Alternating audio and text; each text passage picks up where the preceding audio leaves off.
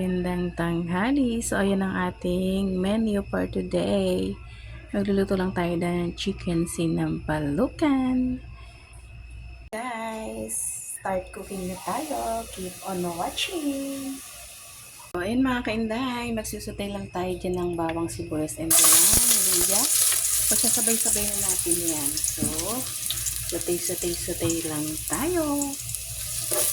Ayan, konting sutay lang mga kainday. So, ayan. Lalabasin lang natin yung aroma. And then, at syempre, gagawin natin yan na brown. Ayan na siya na brown na siya. Lalagyan natin siya ng fish sauce. Ayan. Ayan, so ang bango. Then, after ng fish sauce, ilalagay na natin yung ating chicken. And then, nilagyan ko na siya ng chili. Para nakasama na siyang masutay natin. And then, sasabay na rin natin yung ating seasoning. Lagyan natin ng seasoning para mas ma-absorb ng ating chicken.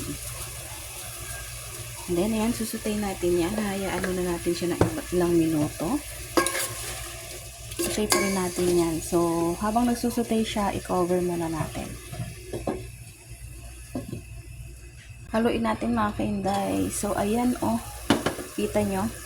Diba?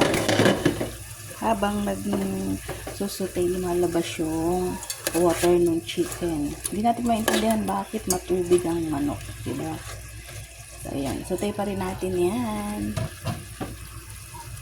Ayan, guys. So, ako, guys, pag mga ganito na siya, ayan, pag nasutay na siya, nasutay na siyang mabuti, lagyan na natin siya ng sampalok para ma-absorb din ng chicken yung ating sampalok. Ganyan ako mga kainday. So, pag wala nang ganyan na wala na siyang katas, na-absorb na siya ng chicken natin, at saka ko siya lalagyan ng water. Then, yan, nalagyan ko na siya ng water at saka natin siya ulit pakukuluan. So, hayaan muna natin tong maboil. Ayan na, ating chicken sinampalukan. Lalagay natin yung ating veggies. Mustasa lang yung ilalagay ko mga kainday. So, ayan. Para may healthy naman tayo. Siyempre, palalambutan ko muna to. And okay naman na yung lasa niya. Tinikman ko muna siya bago ko ilagay yung ating mustasa. So, pakukulan muna natin yan. Ayun ang ating chicken sinampalukan. Done cooking na tayo.